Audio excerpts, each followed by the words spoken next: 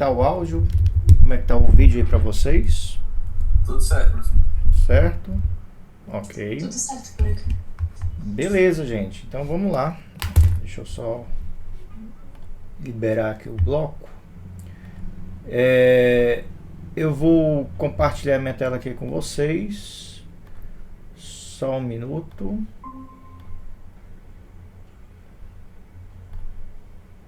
Pronto. Pessoal, nós iremos ver aqui a nossa última aula, tá? Eu era para ter fechado essa semana, mas devido, né, a minha disponibilidade na quarta-feira, acabei não tendo como dar essa aula na quarta-feira, tá? Então, mas vamos lá. Vamos começar aqui nossa aula 16, resistência das argilas. Esse é o último assunto antes da nossa prova, tá?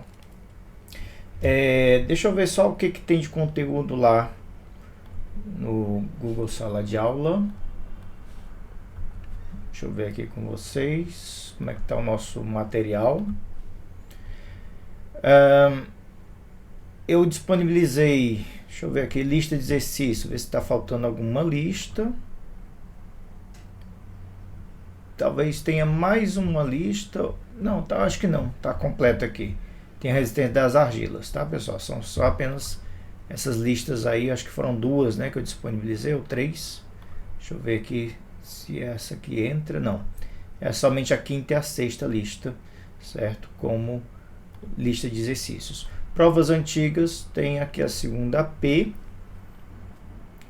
E a nossa segunda P, pessoal, vai ser muito parecida. Essa aqui é acho que é do ano passado, não estou vendo aqui a data. Mas, enfim, né, que eu dou um exemplo de um cálculo de tensão aí, para você fazer o ciclo de Mohr, calcular centro, raio, enfim, certo? A segunda questão, eu dou um insight de cisalhamento direto, bem simples. A terceira questão vai muito dentro do que nós vamos abordar hoje aqui com vocês, tá? E a quarta questão também entra no assunto aqui dessa nossa aula. Então, pessoal, voltando aqui para a nossa aula, dei uma olhada nessa prova. Eu vou ver se eu encontro mais algum outro material, mais alguma outra questão, ou prova resolvida, tá? Para passar aí para vocês. Então, pessoal, o que nós iremos ver? Basicamente, resistência das argilas. E, no caso das argilas, você tem duas situações. As argilas... Só colocar o meu microfone um pouquinho mais perto aqui. Nós temos as argilas normalmente adensadas e argilas sobreadensadas, tá? O que é a argila normalmente adensada? O que é a argila sobreadensada? Vocês devem lembrar que quando nós estávamos... Deixa eu abrir aqui um bloco de notas para rascunhar aqui com vocês. Melhor do que rascunhar aqui no PowerPoint. Só um minutinho. Deixa eu abrir aqui com vocês.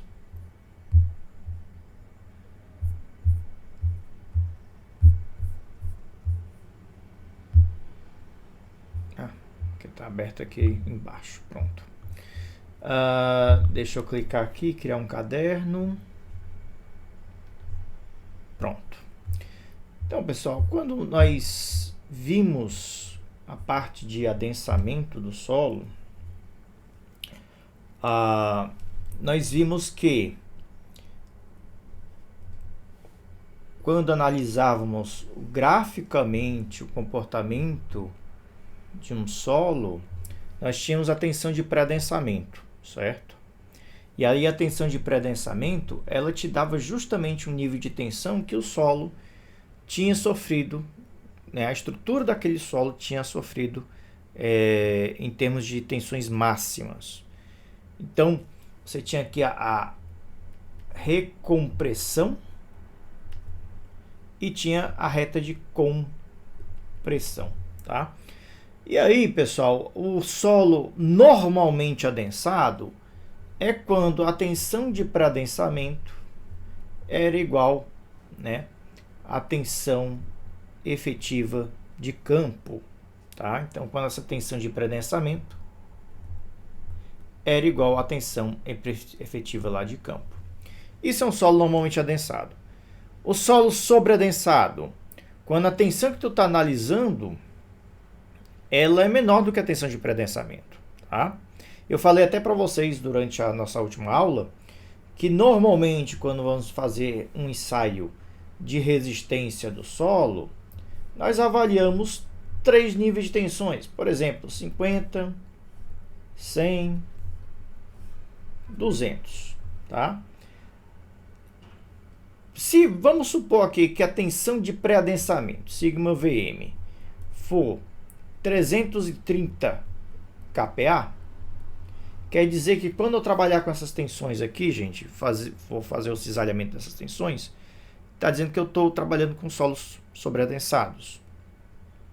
É basicamente isso. E vamos supor que se a minha tensão de pré-adensamento dessa argila é 20 kPa, bem baixinha, quer dizer que nós estamos trabalhando com tensões normalmente adensadas.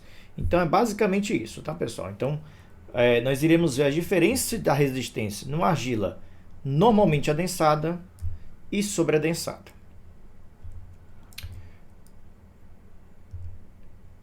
Pessoal, algumas coisas a saber. A coesão ela é provocada pela força de atração de natureza eletroquímica de superfície entre partículas. Isso a gente já tinha visto.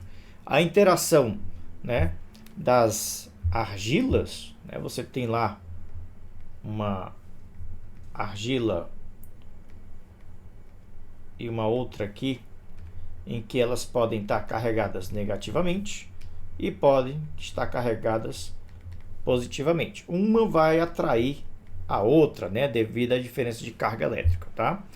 Então a coesão ela é justamente uma força atrativa ali gerada por essa diferença de carga entre os argilominerais, tá? Que mais? Há um grande efeito do pré-adensamento, como eu havia falado para vocês.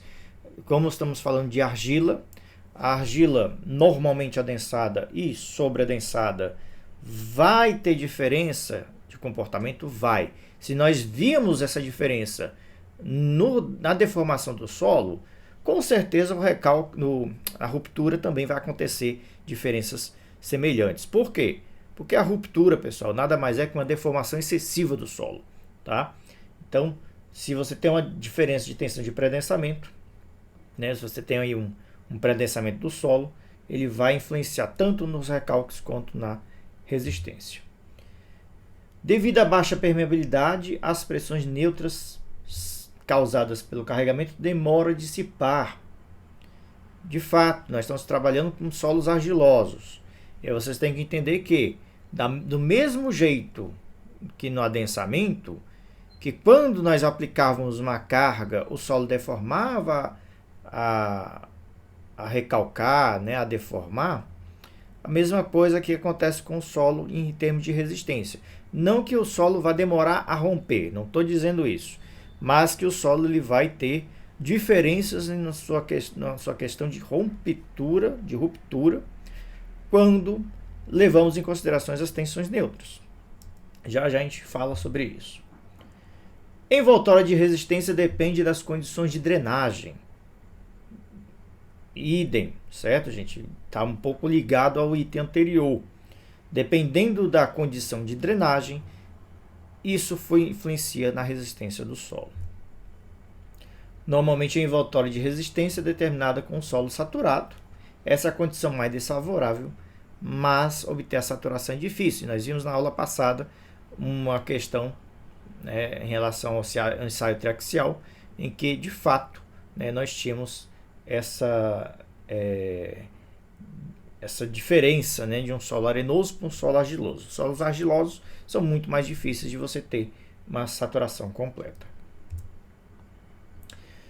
Então vamos ver, pessoal, argilas normalmente adensadas. Consideremos uma argila hipotética, cuja relação de vazios em função da pressão hidrostática de adensamento seja indicada a seguir.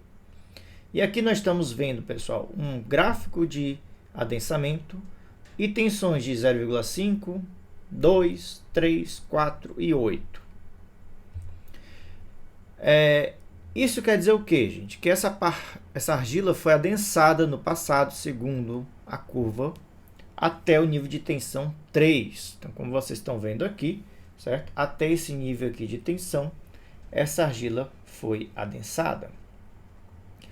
E o que isso influencia no comportamento? Tá? Por exemplo, em termos de tensão, quando você está rompendo no ensaio triaxial essa argila, e nós vimos na aula passada que no ensaio triaxial, que é justamente a compressão do solo até levar à sua ruptura, nós verificamos o que? Sigma 1 menos sigma 3, tá, gente? Então, à medida que você vai analisando aqui o comportamento de uma argila normalmente adensada, vocês notem, por exemplo, se você pegar uma tensão no trecho de recompressão, ela vai ter esse comportamento aqui. Ela vai dar um pico e vai reduzir aí a tensão. A deformação vertical, pessoal, ela vai ter esse comportamento muito parecido com solos arenosos compactos, tá? Ela vai reduzir um pouco de volume e depois vai expandir. Se você analisar para uma tensão agora bem pertinho da tensão de pré-adensamento, por exemplo, 2, ele já vai ter um comportamento um pouco diferente. Esse pico ele vai reduzir um pouco mais. E aqui vocês estão vendo que, em vez de ter uma expansão, ele teve uma redução com uma tendência a expandir ali no final. E no momento que você analisa para tensões, pessoal, maiores do que a tensão de pré-adensamento, como a tensão de 4 e a tensão de 8, vocês podem ver que o comportamento ele é bem distinto. Ele vai aumentar a tendência de ruptura até atingir um patamar e ficar estável. E a deformação volumétrica, vocês notem que há uma redução do volume conforme acontece a compressão do solo. Então, basicamente, se você fizer uma analogia com os solos arenosos, a argila, quando é analisada dentro das tensões de recompressão, ou seja, tensões abaixo da tensão de pré-adensamento, ela tende muito a ficar muito parecida com solos arenosos compactos, mesmo comportamento. E para tensões acima da tensão de pré-adensamento, ou seja, argilas normalmente adensadas, você tem aí um comportamento como se fosse de uma areia fofa. A areia fofa também tem exatamente esse comportamento, ela tende a uma constância, ela não tende a um valor de pico aqui na tensão de desviadora, e a variação de volume ela vai sempre reduzindo de volume, tá?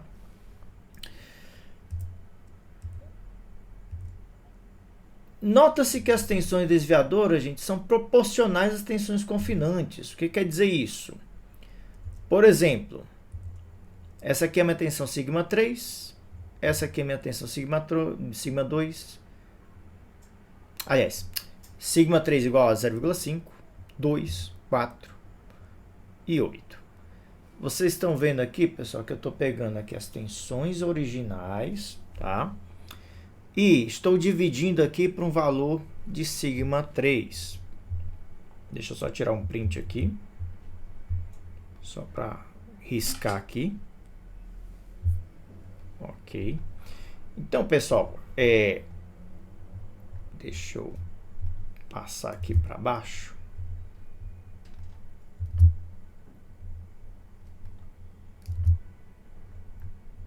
Ok, não foi. Recortar, colar. Pronto, agora foi. Então, gente, quando você está analisando aqui os gráficos individualmente, vocês podem ver que nesse caso aqui, abaixo, né, na tensão de pré-adensamento, e aqui normalmente adensado,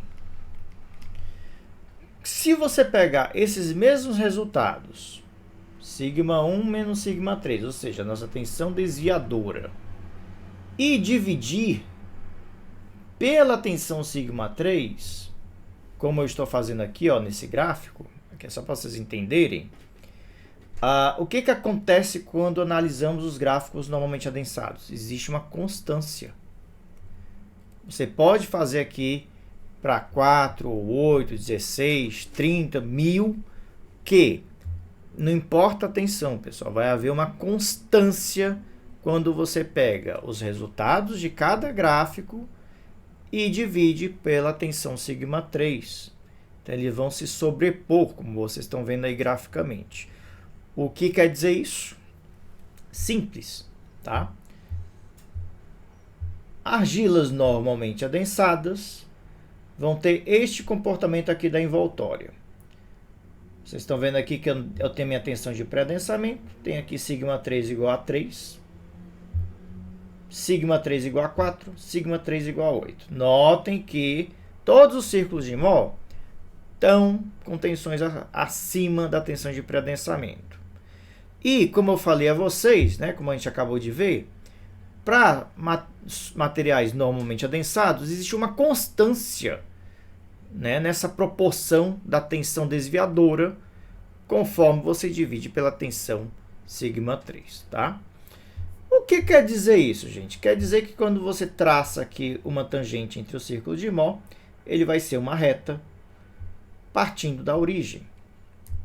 Então, a argila, mesmo sabendo que nós temos coesão na argila, tá, gente? Argilas normalmente adensadas, elas tendem a um intercepto nulo, tá? Isso é devido às características do próprio material. O próprio comportamento do solo argiloso, ele vai fazer com que tende, né, a mesma característica de um solo arenoso, tá? Então, ele só vai ter o intercepto coesivo ali na origem e o ângulo de atrito. Então, isso é a característica de um solo normalmente adensado, um solo argiloso, tá? Então, pessoal, a envoltória de resistência, né, uma argila, um material como esse, tem essas características. Mas se eu pegar um solo sobreadensado, o que vai acontecer, gente? Vocês notem que eu estou pegando aqui tensões abaixo da tensão de pré-adensamento.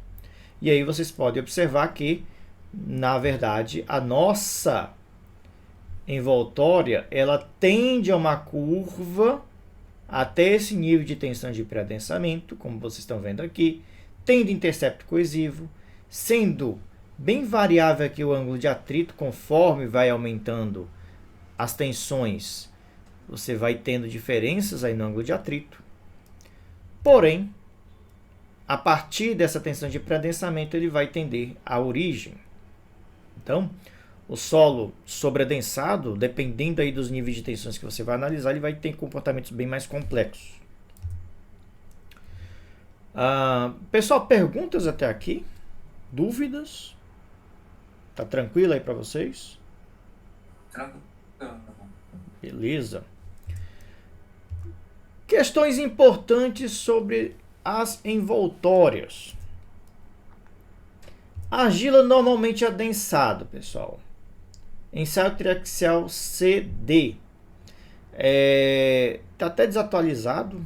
Hoje em dia, nós denominamos a nomenclatura aqui do ensaio drenado como CID. Tá? O que é o CD ou CID que eu falei para vocês? C de consolidado, tá, pessoal? O ensaio triaxial CD é um tipo de ensaio, ok? Consolidado e o D de drenado. Quer dizer que o solo ele vai ser adensado durante o processo de teste, né, de procedimento. E durante a ruptura ele vai permitir a drenagem, tá? Então, argilas normalmente adensadas, saturadas, apresentam envoltória efetiva obtida nos ensaios C e D, ou CD, né, na forma de tensão cisalhante efetiva igual a tensão efetiva vezes tangente de filinha e a coesão nula. O que quer dizer isso? Quer dizer que você vai ter este comportamento aqui, gente. Se você analisar aqui a argila no ensaio triaxial C e D, ela vai ter, né, se você analisar a tensão acima da tensão de pré-adensamento, vai partir da origem, e as tensões totais, pessoal, vai ser as mesmas tensões efetivas. É basicamente isso que nós vamos ter. Então, em termos de argilas normalmente adensadas no ensaio triaxial do tipo drenado, não existe geração de poropressão, tá, gente? Então, é importante destacar aqui para vocês que durante o ensaio não existe geração de poropressão.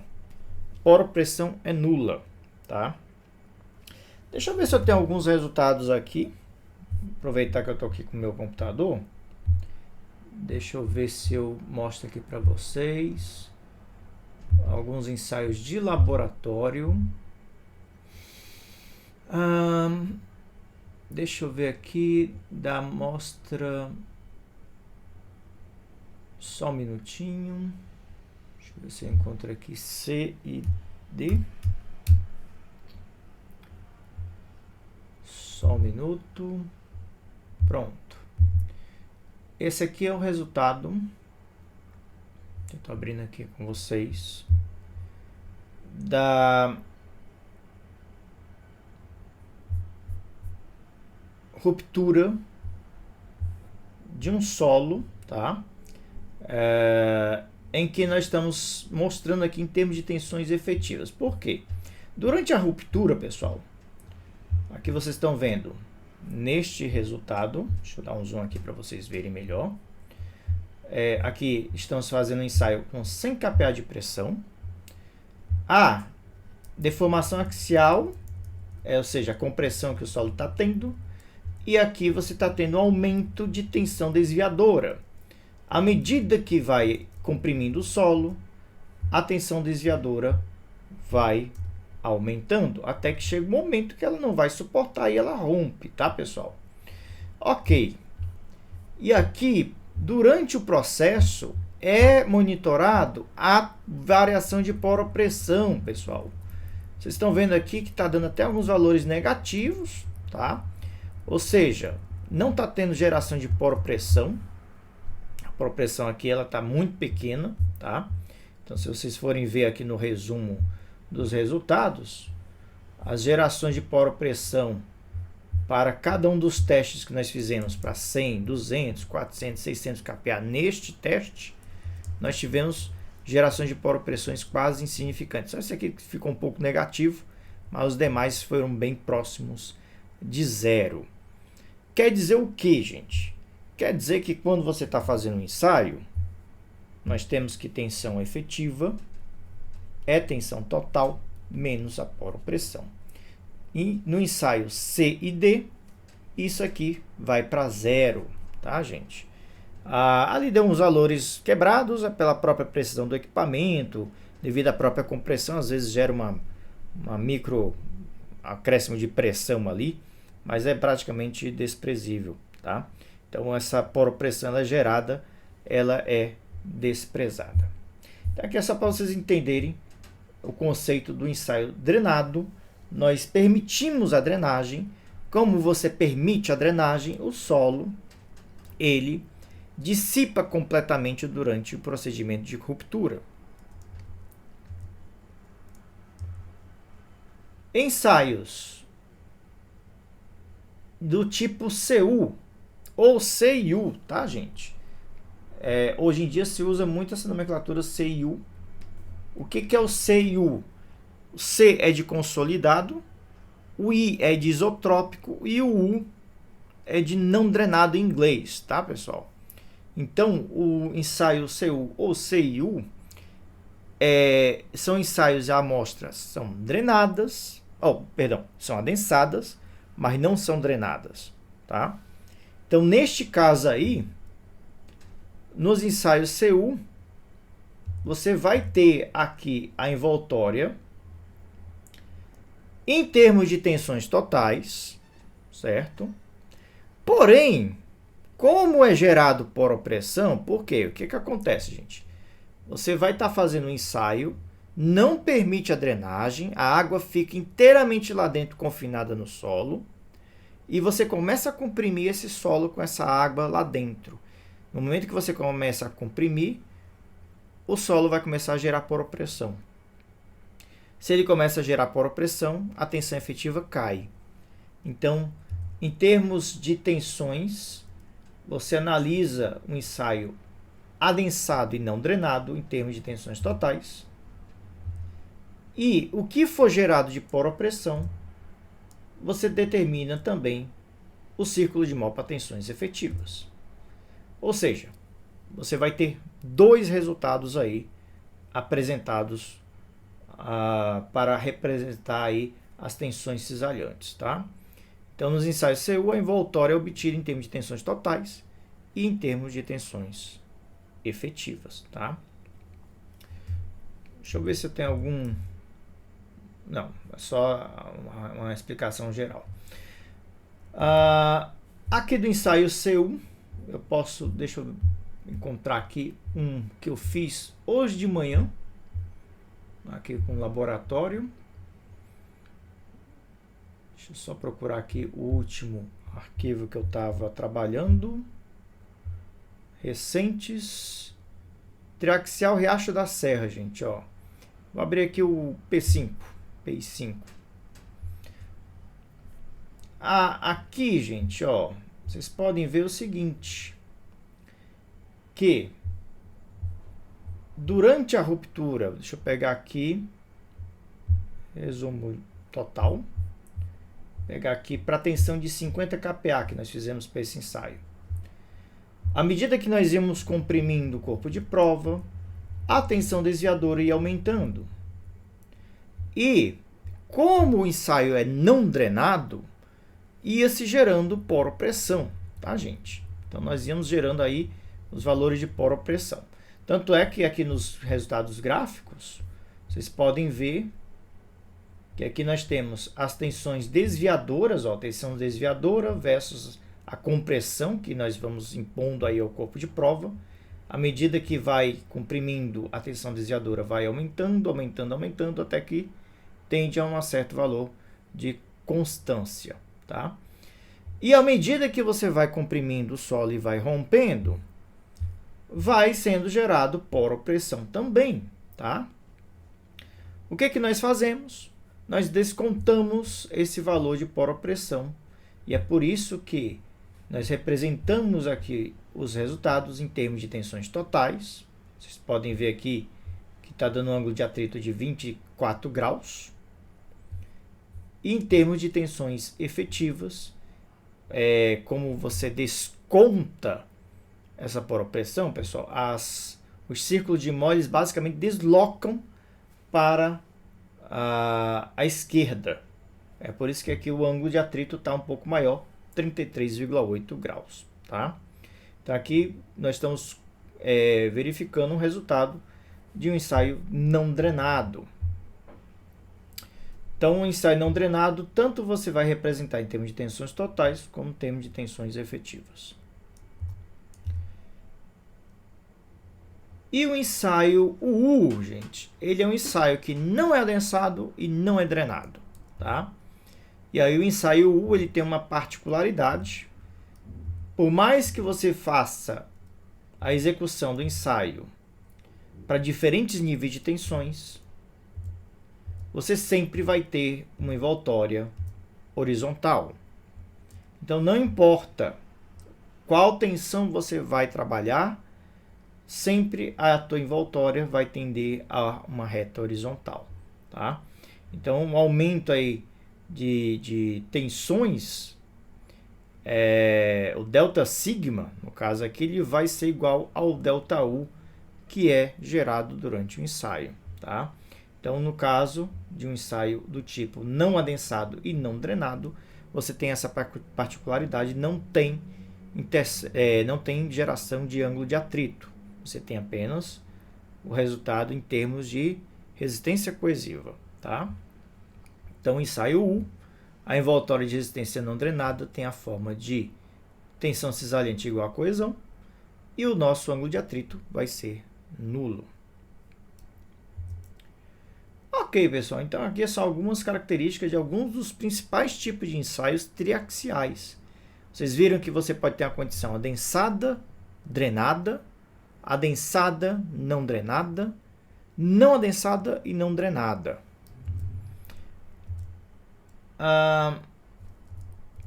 Antes de passar para o ensaio em si, como é que ele é feito, gente, deixa eu explicar aqui para vocês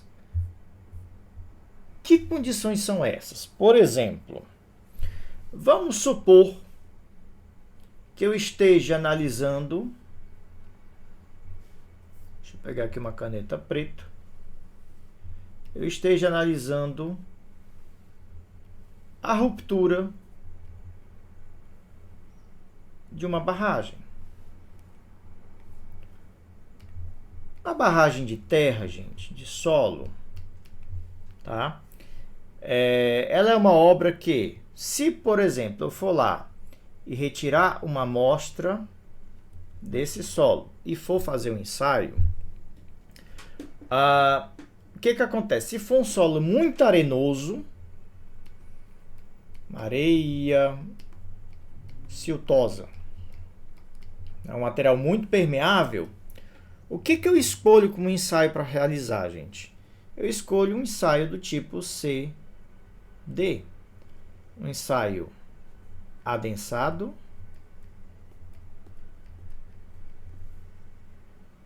e drenado. Por quê? Porque a minha barragem aqui, gente, ela está adensada, certo? Ela é uma obra que foi construída há muito tempo e eu estou permitindo aqui a drenagem, ó. A água está percolando por ela, tá? Então é uma condição plausível eu trabalhar com esse tipo de situação. Quando é que eu trabalho, por exemplo, então, com a seguinte situação, CIU, né? Ou CU, que é justamente adensado e não drenado. Situação, pessoal, que você vai ter uma obra, por exemplo, eu posso ter um talude que tenha uma água aqui percolando por ele, mas só que nós temos aqui uma argila, que a permeabilidade ela é muito, mas muito baixa, tá? Quando você tem um solo, pessoal, que a característica desse material é muito impermeável, você já parte para uma situação não drenada. Porque se houver uma ruptura desse talude, não vai dar tempo da água drenar durante a ruptura. É basicamente isso, tá? Então, um acesso como esse, né, um talude, uma encosta que já está adensado, já está lá no seu estado natural, ele pode simplesmente estar na situação adensada, mas romper na situação não drenada. Tá, gente? Então, essa é uma situação que você faria, por exemplo, um ensaio, estudaria um ensaio adensado e não drenado. Basicamente, você analisa o tipo de solo. Se é um solo argiloso, se é um solo arenoso. Se for um solo mais arenoso, você pode analisar do ponto de vista drenado. Se for um solo mais argiloso, não drenado, basicamente. E o U, quando é que eu faço a consideração do ensaio, por exemplo, desse de um ensaio UU. Vamos supor que eu tenho aqui um terreno, uma argila mole, nível d'água bem saturado. E aí eu resolvo fazer em cima dessa argila, gente, um aterro, uma estrutura, certo? Qualquer coisa que eu vá provocar um carregamento. Essa argila ela pode romper, tá, gente? Pode haver uma ruptura pela fundação, dependendo aí da obra, das condições de resistência da argila, das tensões que estão sendo aplicadas na superfície, você pode haver uma ruptura. Como é uma argila? É não drenada. Como eu estou fazendo a minha obra pela primeira vez, eu estou carregando essa argila pela primeira vez, e é ela que vai romper, não dá tempo de adensar. Não adensada. Tá, gente? Então aqui é só para vocês entenderem que situações você faz um ensaio triaxial CID, CIU ou, no caso, UU, tá? Beleza, gente? Então, vamos lá. Aqui é só para exemplificar como é que é feito em laboratório, tá? Nós temos aqui o nosso corpo de prova. Eu estou aplicando sem capear fora e sem capear dentro. Fechei aqui a válvula que permite a água voltar para o sistema. Beleza. E eu começo a fazer aí a compressão desse solo, tá, gente? No caso aqui eu aumentei a pressão. Aumentei aqui para 200. Mantive aqui fechado o registro. Imediatamente o transdutor aumentou para 200 kPa. A gente já tinha visto na aula passada, né? Se eu deixar fechado ali o registro, não tem para onde a água que está aqui dentro sair nem por cima nem por baixo. O que acontece? Quando você dá um delta sigma confinante no solo, ele vai aumentar no mesmo valor nesse delta de 100 kPa. Então, pessoal, no caso aí, o que aconteceu? Para que eu estou mostrando esse exemplo aqui para vocês? Por mais que nós aplicamos uma carga para o ensaio não drenado e não adensado, no caso U, sempre você vai ter, no momento que eu aumento o delta sigma, o delta U também aumenta de mesmo valor. É basicamente isso que eu estou querendo dizer, gente. Se eu tivesse aumentado aqui de 100 para 400, aqui no transdutor tinha aumentado para 400. Tá? Se eu tivesse aumentado aqui a tensão total para 1000 kPa, aqui no transdutor também aumentaria para 1000. Tá, gente? O mesmo delta sigma vai ser o mesmo delta U. É por isso que não há aumento de tensão residual, tá, gente? Então, por isso que a nossa envoltória é sempre constante, não importa o nível de tensão para o ensaio U.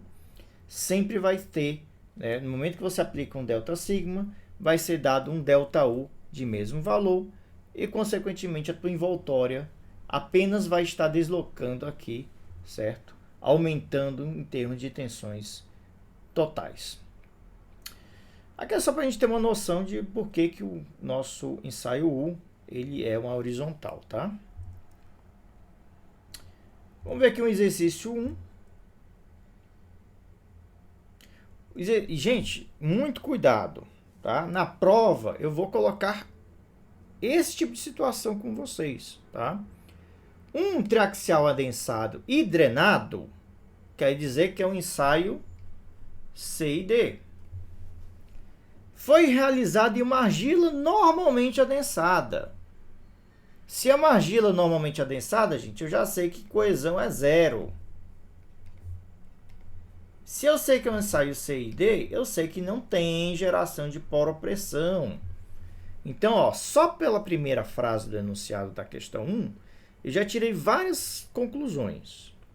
Ele me deu aqui a tensão confinante 276 e a tensão desviadora 276. Ele pede para calcular o ângulo de atrito. Então, no caso aqui, você tem aqui a tensão σ3 276 e a tensão σ1 552. Por que a tensão σ1 é 552, gente? Vamos lá. A tensão desviadora é 276. Mas quem é a tensão desviadora? σ1 menos σ3. Deixa eu só ver se tem algum texto aqui. Deixa eu só ver se... Não, não tem não. Pronto, então deixa eu fazer aqui mesmo, nesse slide. Então, pessoal, isso aqui é 276. Só que, ó, σ3 é 276. Então, σ1 menos 276 é igual a 276. σ1 é igual a 552. Então, vocês notem que nós colocamos aqui o nosso círculo de mol σ3, 276, σ1, 552. E aí eu posso, como é uma argila normalmente adensada, eu posso partir da origem, 0, 0. A única coisa que eu tenho que fazer aqui é calcular o ângulo de atrito. E aí, gente, fica muito simples, porque é a aplicação do círculo de Mohr, tá? Como é que vai ser aqui? Bem, você vai ter aqui o centro. Quanto é o centro, pessoal? O centro é σ1 mais σ3 dividido por 2. Então, nosso centro é 276 mais 552 dividido por 2. O centro vai dar aí 414. Calculamos o centro. O que eu calculo agora, gente? O raio. O raio é σ1 menos σ3 dividido por 2. Então, nosso raio vai ser, ou no caso aí, né, de uma forma mais simples, você pode simplesmente pegar σ1 menos o centro. Vai dar o raio também, né? Está aqui o nosso raio. Então, o nosso raio pode ser σ1 menos o centro. O raio, então, vai ser 552 menos 414. Raio, deixa eu ver se eu tenho o valor, 138. Ok, gente, aqui fica simples, ó. Aqui é só calcular o quê? Nós temos aqui o nosso ângulo de atrito, φ'. Se você fizer seno de φ, cateto oposto, dividido pela hipotenusa. Seno de φ, cateto oposto, 138, dividido pela hipotenusa, que é o que, gente? Ó, é o centro, né? Essa distância aqui, 414.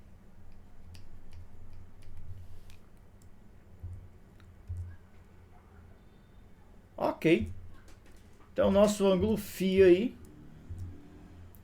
se vocês forem fazer o cálculo aí, dá 19,5 graus.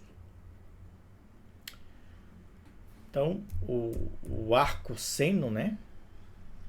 Nosso arco seno dessa fração aí dá 19,5 graus. Pessoal, dúvidas com o exercício 1? Tudo bem até aqui? Ok. Beleza, gente. Vocês estão desanimadas porque estão depois do almoço, é isso? É o horário. Hoje a gente vai até umas 3h30 só, tá, gente? No máximo 3h30 ou 3h20, a gente deve estar terminando, tá? Essa aula não é tão longa, só mais acho que talvez uns 2 exercícios que eu vou fazer aqui com vocês. O item B, gente. E essa é uma questão que pode parecer simples, mas é uma questão bem típica de prova. Talvez, se não me engano, essa aqui foi de alguma prova passada que eu tenha colocado aí para alguma turma de mecânica dos solos. O item B, ele pede o ângulo alfa que o plano de ruptura forma com o plano principal maior. O ângulo alfa, gente, é este ângulo aqui, ó. Esse ângulo alfa, nós já vimos numa aula anterior como é que calcula, né? Você tem aqui, se aqui é alfa, aqui também é alfa, uma vez que você tem dois lados iguais aqui no nosso triângulo. Se esse aqui é alfa e aqui é alfa, este ângulo externo é a soma dos dois ângulos opostos, né? 2 alfa. E se nós partimos aqui uma reta paralela à envoltória, como vocês estão vendo aí, 90 graus, nós temos que essa reta aí tem um ângulo φ. Então, olha só, por geometria básica, sabemos que 2 alfa é o quê? 90 graus mais o ângulo φ.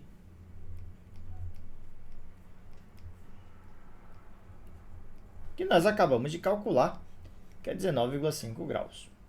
Então, gente, 2 alfa é igual a 90 graus mais 19,5. Alfa aí é só calcular. Deixa eu ver se eu tenho aqui o cálculo. Não tenho.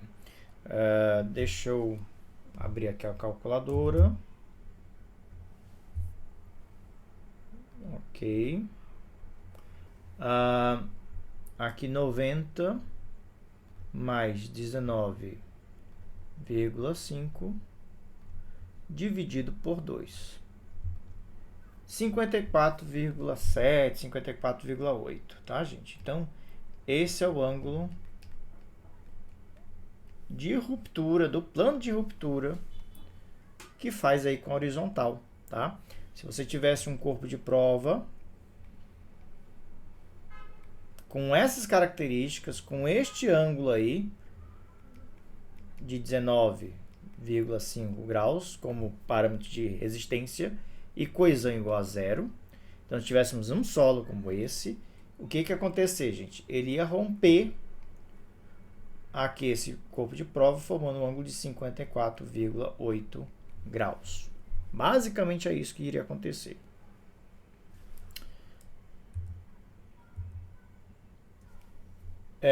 Item C. Encontre a tensão normal e a tensão cisalhamento no plano de ruptura.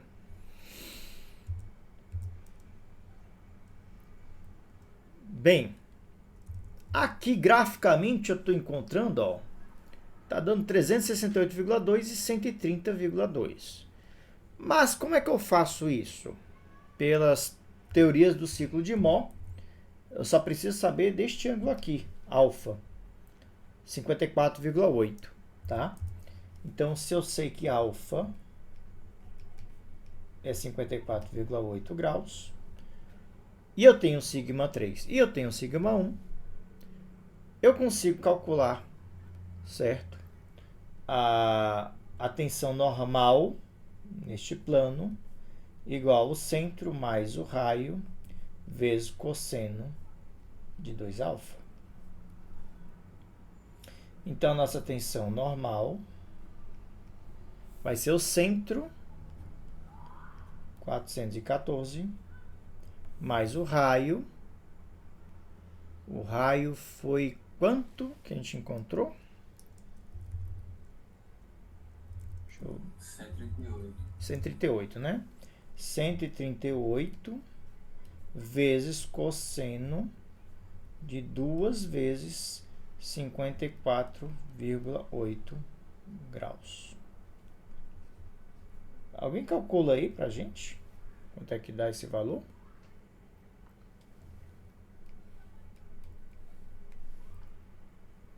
Alguém calculou? Pode mandar no chat, se for o caso.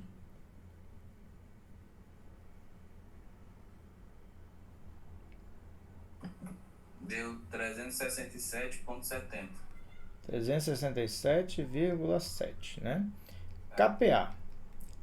Gente, aí vocês têm que se perguntar, tá coerente? Olha só, gente, aqui ó, tá 350. Meu pontinho aqui, ó, que tá tangenciando a minha envoltória de ruptura. E aí o solo ele rompe exatamente quando toca a envoltória, tá? Quando o círculo de Mott toca a envoltória, é o ponto que ele vai romper, ok? É por isso que eu estou ligando aqui a tangente ali com a nossa envoltória. Não é por acaso. Então, neste ponto aí, vocês notam que está dando 350, 367 está bem plausível o valor, tá? E qual é e qual é o valor da tensão cisalhante? Vamos lá. Tensão cisalhante vai ser o raio vezes o seno de 2 vezes o ângulo alfa. Tensão cisalhante igual ao raio vezes o seno de 2 vezes 54,8 graus. Alguém calculou aí a tensão cisalhante? 130. 130. Que também está coerente, ó. Aqui é 50, aqui é 100, aqui é 150, né? Mais ou menos por aí. Então, 368,2. Ali tem o direito 367,7, gente. É questão de arredondamento e tal. Não vamos nos preocupar com isso, tá? Então, dá mais ou menos 367, 368 e 130 ali a tensão cisalhante. Ok. E o item D, ele pede, determine a tensão normal efetiva no plano de tensão de máximo cisalhamento. Tá?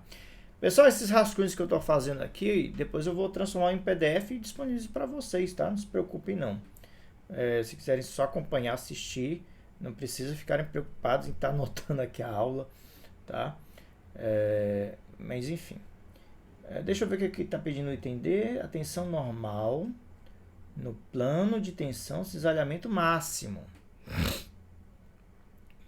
Então, gente, aqui ó, a tensão normal no plano de tensão cisalhamento máximo é bobagem, né?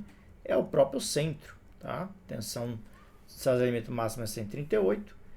A tensão normal é justamente o centro do meu círculo, ou seja, 414. Ok, gente? Então, a tensão máxima aqui é 414 kPa.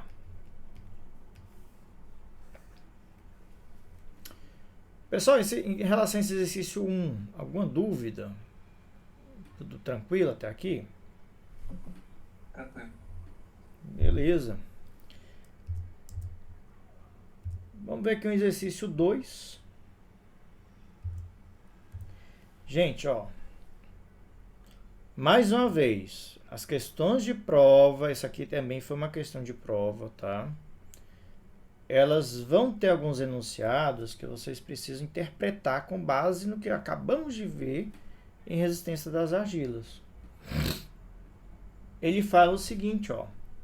Corpo de prova com um RSA igual a 1. Que é RSA, gente? Razão sobre adensamento. Quer dizer que o solo ele é normalmente adensado. Tá? Então eu já estou dizendo aqui que o solo é normalmente adensado. Quando o RSA é igual a 1, quer dizer que a tensão de pré-adensamento é igual à tensão efetiva de campo. Tá? Saturado foi adensado sobre uma tensão de confinamento de 105 kPa. A tensão axial foi aumentada e a drenagem foi impedida. E veja bem, gente, ele diz que foi adensado. De cara eu já sei que é um ensaio do tipo C, E como a drenagem foi impedida, quer dizer que é não drenado, CU ou CIU. Ele é um ensaio adensado e não drenado, tá? O corpo de prova rompeu-se quando a tensão desviadora atingiu 70 kPa. A pressão no momento da ruptura foi de 50. E aí ele pede, determine o ângulo não drenado, adensado, de resistência ao cisalhamento, φ, e o ângulo de atrito drenado. Quando eu falo ângulo não drenado, gente, eu estou falando em termos de tensões totais. Quando eu peço o ângulo de atrito drenado, em termos de tensões efetivas.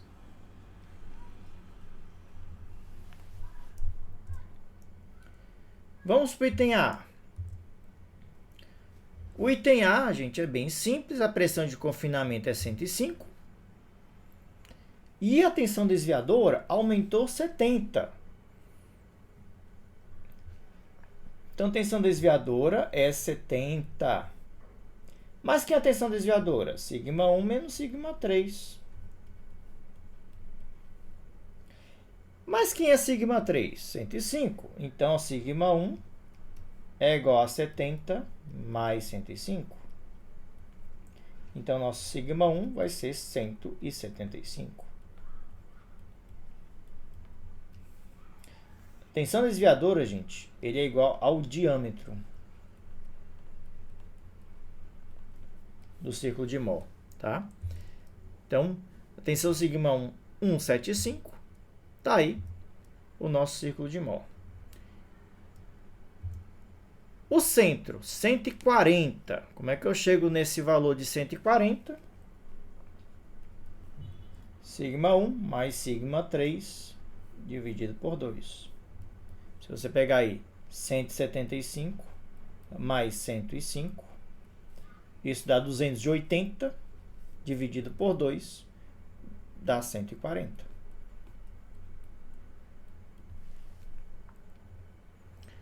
O raio, gente, o raio, coisa simples, vai ser sigma 1 menos o centro. O raio vai ser 175 menos 140. Então, nosso raio vai ser 35.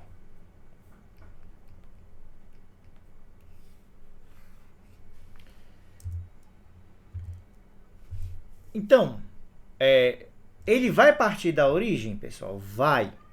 Ele vai partir da origem por quê? Porque o solo é normalmente adensado. Tá? Razão sobre adensamento é igual a 1. Certo? Então, quer dizer que o solo é normalmente adensado quando você tem esse RSA igual a 1. Então, você vai ter apenas o ângulo de atrito. Eu tenho aqui o ponto em que a envoltória de ruptura tangencia o nosso círculo. O raio, acabamos de calcular, é 35. O centro é 140. E aí é só você calcular o ângulo, né? Então, o ângulo aí, seno de φ, igual a 35 dividido por 140. Se eu for ver o cálculo aí, 35 dividido por 140. O arco tangente, deixa eu ver, cadê? Aliás, arco seno, né? Da resposta, 14,5 graus, tá? Então, o nosso φ, 14,5 graus. Muito cuidado, pessoal, é apenas φ. Como nós estamos falando em termos de tensões totais, você não coloca, certo? A vírgula ali para representar o φ', tá? No caso aqui é o nosso apenas o φ que nós estamos calculando em termos de tensões totais. Ok. Fizemos o cálculo para termos de tensões totais. Aí o que diz a questão, gente? Que no momento da ruptura, a poropressão foi de 50. O U foi 50 kPa. O que acontece com a tensão total, gente? Vocês notem que a tensão total é a tensão efetiva mais o U. E então, nossa tensão efetiva vai ser a tensão total menos o U. Para encontrar a tensão efetiva, ou seja, a envoltória para em termos de tensões efetivas, eu tenho simplesmente que pegar o círculo de tensões totais e deslocar aqui para a esquerda no mesmo valor de 50 kPa, ou seja, no mesmo valor de poropressão igual a 50 kPa, né? Então, basicamente, eu estou pegando aqui o nosso círculo e deslocando no valor de U igual a 50. Por que eu estou fazendo isso, gente? Porque eu tenho que deduzir 50 kPa. Vocês notem, por exemplo, que aqui é sigma 3. Então, nosso sigma 3' é o sigma 3 menos o U. E o sigma 1' é o sigma 1 menos o U.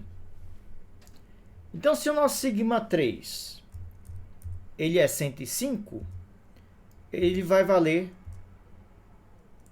um valor aí, né, de 55 kPa. Se o nosso sigma 1 é 175, o sigma 1' vai valer 125. Por quê? Porque você teve uma geração de 50 kPa de poropressão. Então, sigma 3 aqui vai valer 55. Sigma 1 vai valer 125. E aí você meio que está deslocando a tua envoltória para a esquerda em 50 kPa. É basicamente isso, gente. Esse é o círculo de Mohr em termos de tensões efetivas. Então, eu estou deduzindo as tensões iniciais de 50 kPa e encontrando a tensão efetiva correspondente. Essa envoltória também vai partir da origem e vai ter também um ângulo de atrito filinha, como vocês estão vendo aí. O centro, anteriormente, ele era valor de 140, né? O centro linha é igual ao centro menos o U. Então, o novo centro vai ser 140 menos 50, que foi a geração de poropressão. Então, o centro vai ser 90. O raio muda, gente? O raio não muda. Eu só fiz transladar o círculo da direita para a esquerda. O raio continua valendo 35, não foi que nós encontramos? 35 kPa. Não vai mudar. Tá? Então, o centro aí é 90, o raio é 35, o ângulo filinha, agora sim, em termos de tensões efetivas, você calcula pelo seno. Seno de filinha, cateto oposto, dividido pela hipotenusa. Se vocês calcularem aí, 35 dividido por 90, arco seno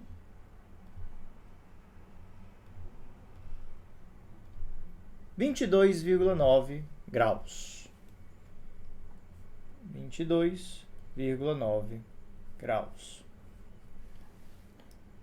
Então tá aí, pessoal. Esse é o ângulo do atrito drenado, tá? Em termos de tensões efetivas. O ângulo de atrito drenado, ele vai ser maior do que o ângulo de atrito em termos de tensões totais, tá? Então aqui efetiva e totais.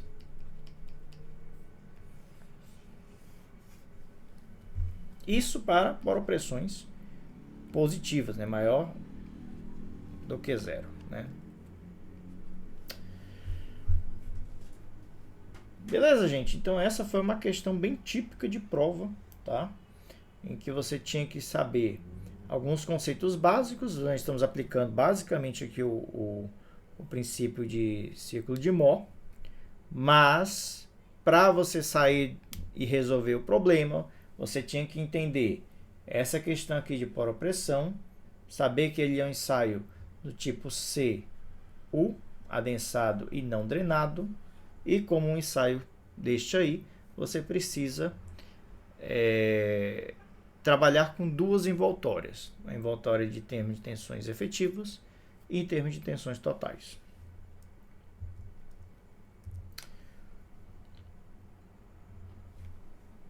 Pessoal, tranquilo, né?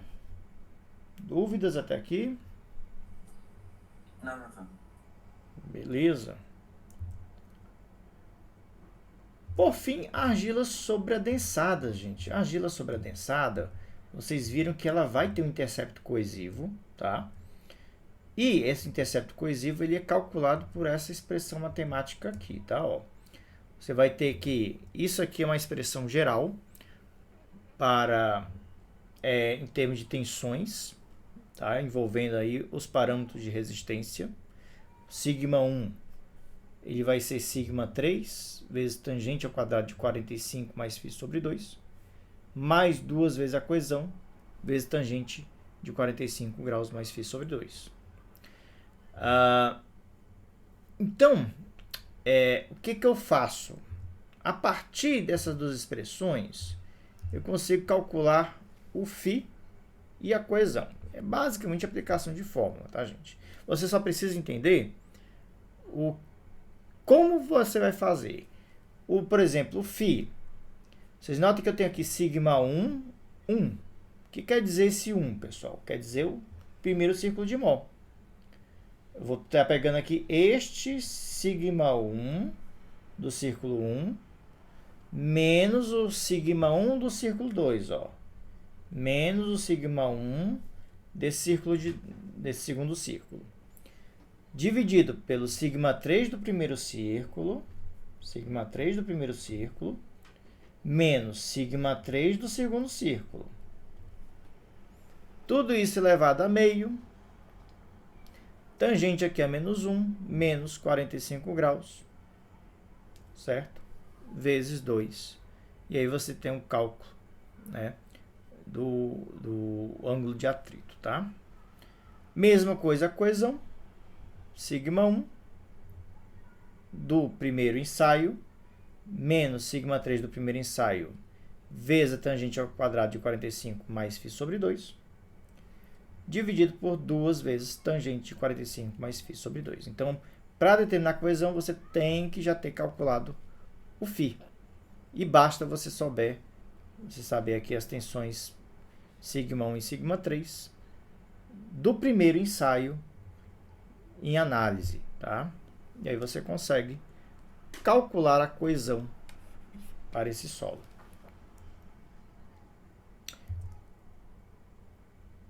Vamos ver aqui um exemplo.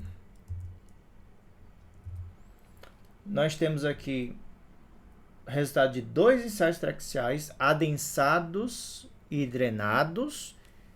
Quando eu falo drenado, quer dizer que U é zero. Quer dizer que tensão total é igual a tensão efetiva, certo? Então, aqui é só algumas considerações. O ensaio adensado drenado é do tipo CD ou CID, só para a gente saber aqui a nomenclatura correta do ensaio. E aqui ele fala o seguinte, gente, nós temos um primeiro teste com corpo de prova com tensão confinante de 105, tensão desviadora 220. Um segundo teste feito com a pressão o dobro da anterior, 210. E a tensão desviadora chegou a 400. Quanto à pressão na câmera, pessoal? A pressão na câmera, sigma 1, né? Se sigma 1 menos sigma 3 é este valor aqui, então basta eu somar esses valores. A pressão na câmera sigma 3 mais a pressão desviadora dá sigma 1, tá? Sigma 1 vai ser sigma 3 mais tensão desviadora. Por isso que aqui a pressão na câmera sigma 1 está dando 325 e aqui está dando 610. 400 mais 210. E aí ele pede para calcular os parâmetros de resistência. Bem, pessoal, eu preciso primeiro, deixa eu tirar um print aqui da primeira fórmula. Ok.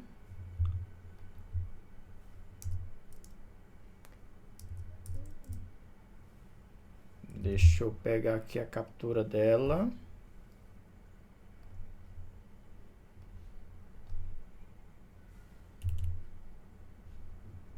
Manter.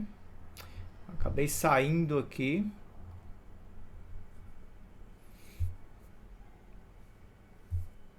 Mais uma vez. Deixa eu ver se eu consigo pegar ela aqui.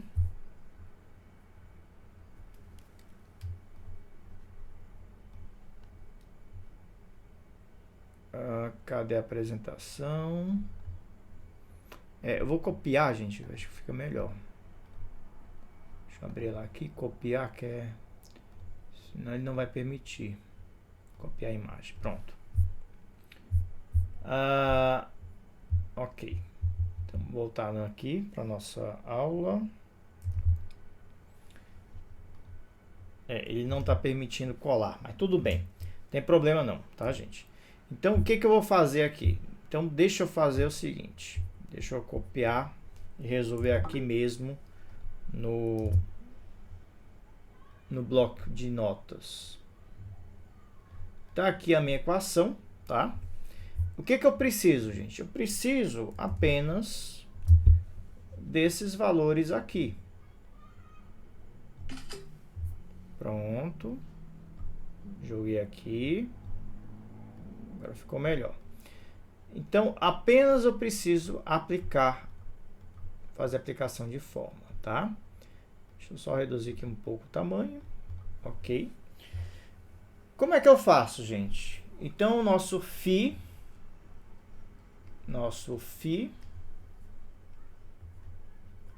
ele vai ser 2 vezes, abre uma chave, aqui tangente é menos 1, abre um parênteses, sigma 1, 1. Quem é sigma 1, 1, pessoal? Aqui, ó, 325. 325. Menos o sigma 1 do segundo teste, 610. Dividido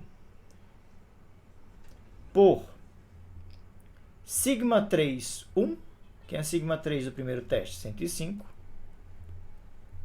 Menos sigma 3 do segundo teste, 210. Isso aqui é elevado a meio, menos 45 graus, fecha parênteses, tá? Então, vamos calcular aqui com vocês. Deixa eu pegar aqui a calculadora. Aqui eu vou ter que sair do modo de tela cheia.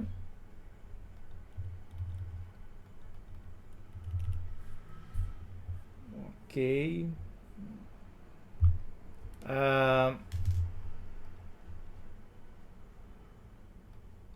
Que ele não está permitindo eu sair do modo tela cheia, gente, mas tudo bem. Alguém consegue calcular aí para mim quanto é que dá o ângulo φ? Você vai pegar isso aqui, elevar a raiz quadrada e vai tirar o arco tangente da fração menos 45 graus. Tá, pessoal? Calculem aí para ver quanto é que dá. Alguém calculou?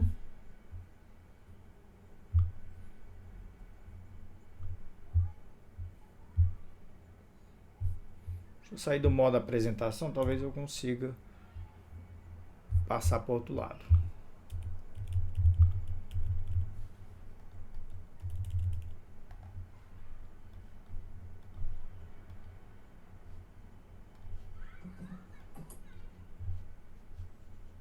Alguém conseguiu? É para dar valor negativo, professor? Não. Então não. Vamos lá. consegui ajeitar aqui. Vamos lá. Deixa eu fazer aqui com vocês. 325 menos 610. Em cima ficou menos 285. Certo? Menos 285. Embaixo, 105 menos 110, menos 210 dá menos 105, né? Então, isso aqui dividido embaixo por menos 105 dá 2,71. 27143. Então, deixa eu apagar aqui. Ok. Então, aqui dá 2,7143. Eu vou elevar, pessoal, isso aí ao quadrado, ó. Então, eu vou elevar ao quadrado. Opa. Fiz bobagem. 2,7143. Deixa eu ver, cadê? Ah, tá aqui o modo quadrado, pronto. Dá 7,36. Aí eu vou tirar o arco tangente, né?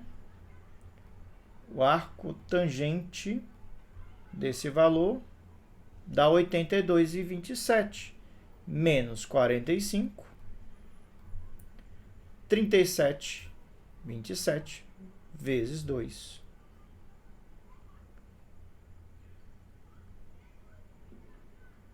Deu uma coisa estranha aqui. Tá certo, gente, esse cálculo aqui que eu estou fazendo? Ou errei em algum lugar? Porque está multiplicando vezes 2. Vai dar um ângulo lá para cima, 74 graus, não pode ser.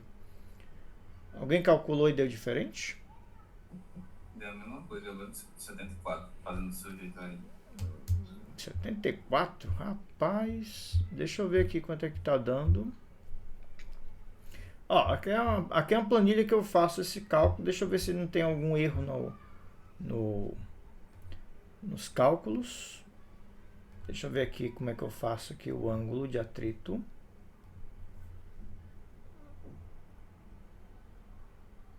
É exatamente isso.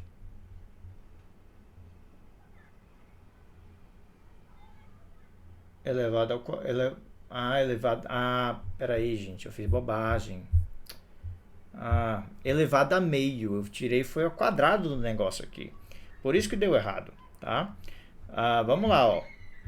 Tem que ter um pouquinho de cuidado aqui. Essa fração aqui deu 2,7143, certo? Essa fração aqui de dentro. E aí a gente tira a raiz quadrada, tá, pessoal? Então você tira aí a raiz quadrada desse valor. Pronto. E aí, depois da raiz quadrada, ó, tangente é menos 1, que é o arco tangente, tá? Ó. Então você tira o arco tangente da resposta, menos 45 graus. Agora, com o cálculo, você multiplica por 2, dá 27,5 graus, tá? Tudo bem, gente? Vocês encontraram aí a mesma resposta? Agora foi. 27,5 graus. Tem só que ter um pouco de cuidado. Eu vou ajeitar essa fórmula depois. Em vez de colocar esse 0,5, vou colocar logo dentro de uma raiz quadrada, para não ficar dúvida. E em vez de botar tangente menos 1, vou colocar um arco tangente também, para não ficar na dúvida se tangente é menos 1. Tá, pessoal? Depois eu vou ajeitar essa fórmulazinha aqui, para ficar melhor para vocês, tá? Então, voltando aqui, deixa eu voltar a compartilhar minha tela aqui da apresentação. Aliás, vamos fazer o seguinte. Calculamos aqui o ângulo. Deixa eu calcular a coesão logo. Calculamos o ângulo, tá, pessoal? E a coesão? Então, vamos lá. Uma vez que você calculou o ângulo de atrito, você vai calcular a coesão a partir dos dados do primeiro teste. No caso aqui do teste 1, tá? Então, como é que eu faço? Deixa eu só limpar aqui. Ok. A coesão, então, vai ser sigma 1 do teste 1. Sigma 1 do teste 1, 325. Deixa eu expandir aqui a tela com vocês. Menos sigma 3 do teste 1. Ó. Sigma 3 do teste 1 é 105. Então, aqui, 105. Tá travando aqui, gente? Deixa eu ver. Menos 105. Vezes tangente ao quadrado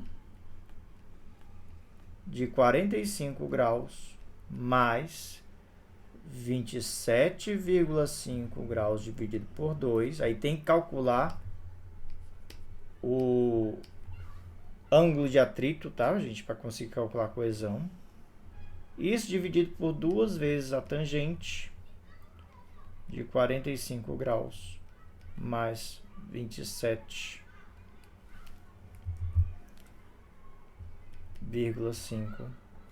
dividido por 2. Calculem aí a coesão, quanto é que dá?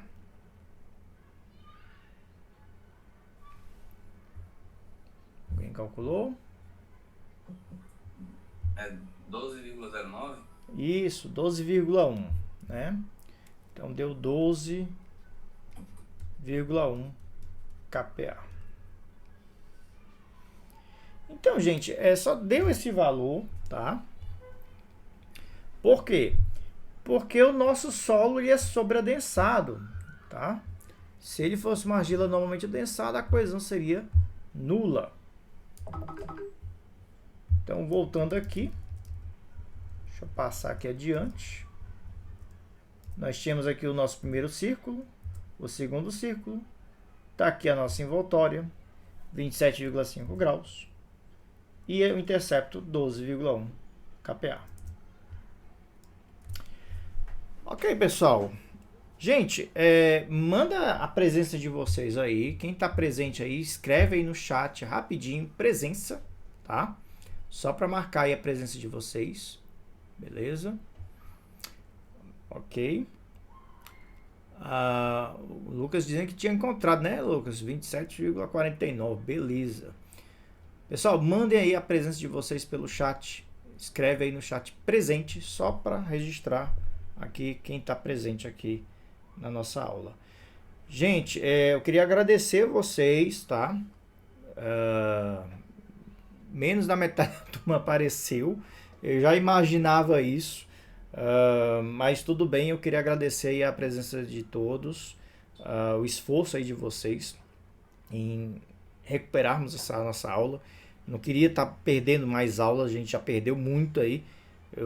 Felizmente esse semestre foi uma catástrofe em termos de saúde para mim. Acabei perdendo algumas aulas no início, perdi, né, algumas outras aulas posteriormente, mas enfim, pelo menos a gente tirou um pouco o atraso.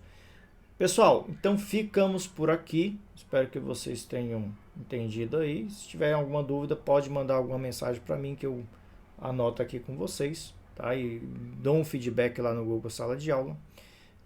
Vou disponibilizar o vídeo, não agora, daqui a pouco eu posto, certo? O vídeo gravado e as anotações também. Tanto as anotações que eu fiz no bloco, quanto no próprio slide, eu também vou estar disponibilizando para vocês, tá? Pessoal, então fica aí, quarta-feira, fica a nossa prova, tá? Serão normalmente 4 a 5 questões, beleza? Espero que vocês estudem, se preparem. Se precisar que eu tire alguma dúvida durante a semana, me mandem aí alguma questão ou alguma dúvida que eu faça um vídeo curtinho, rapidinho aqui com vocês, tirando essas dúvidas aí que vocês possam ter, tá? Beleza, gente? Então era isso que nós tínhamos para ver com vocês. Espero que vocês tenham aprendido. Obrigado a todos. Um bom sábado, um bom final de semana, um bom estudo e até a nossa prova, tá?